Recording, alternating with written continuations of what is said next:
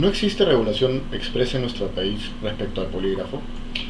Sin embargo, si tenemos en cuenta que una de las manifestaciones fundamentales del derecho fundamental a probar es el ofrecimiento de medios probatorios y una de sus características esenciales es la libertad probatoria, no habría problema para ingresar el interrogatorio mediante el polígrafo a un proceso.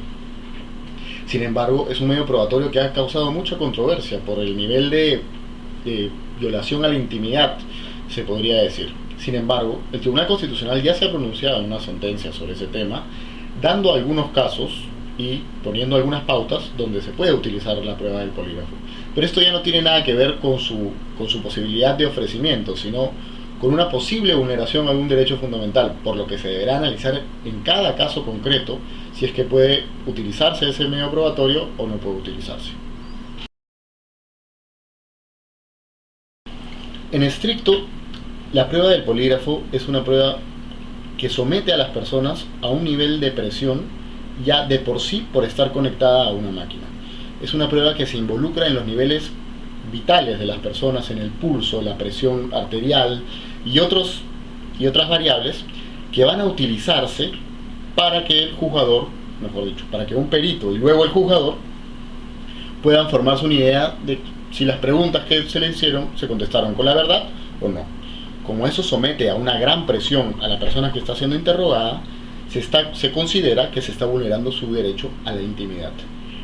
Ese supuesto y ese nivel de presión tiene que ser contrastado con el derecho fundamental a probar de aquel que necesita utilizar esa prueba para poder llegar a la verdad en el proceso que ha iniciado o que le están iniciando. Razón por la cual, una vez ponderados esos dos derechos, se llegará a una conclusión de si es necesaria o no la prueba del polígrafo en el proceso.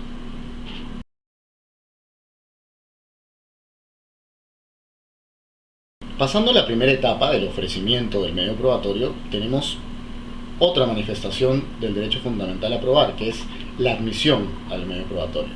Y la admisión también es un derecho y debe ser, en todo caso, por la regla general, admitido en los medios probatorios. Sin embargo, tiene algunas limitaciones. Una de esas limitaciones es la vulneración a algún derecho fundamental, es decir, el principio de licitud. Cuando un medio probatorio, para su obtención o para su actuación, vulnera algún derecho fundamental, debe decirse que ese medio probatorio es ilícito, razón por la cual se tiene que llegar a ese punto a un test de ponderación. En ese test de ponderación se evaluarán dos cosas: la necesidad de ingresar ese medio probatorio al proceso versus la violación al derecho fundamental, que en este caso, es decir, en el caso de la utilización de un polígrafo, será la vulneración a la intimidad de la persona. En cada caso concreto se analizará la idoneidad, la necesidad y finalmente la ponderación en sentido estricto para ver si ese medio probatorio debe ingresar al proceso o no debe. No hay una prohibición como regla general, tampoco una admisión como regla general. En cada caso concreto evaluaremos si esa prueba del polígrafo puede o no ser utilizada.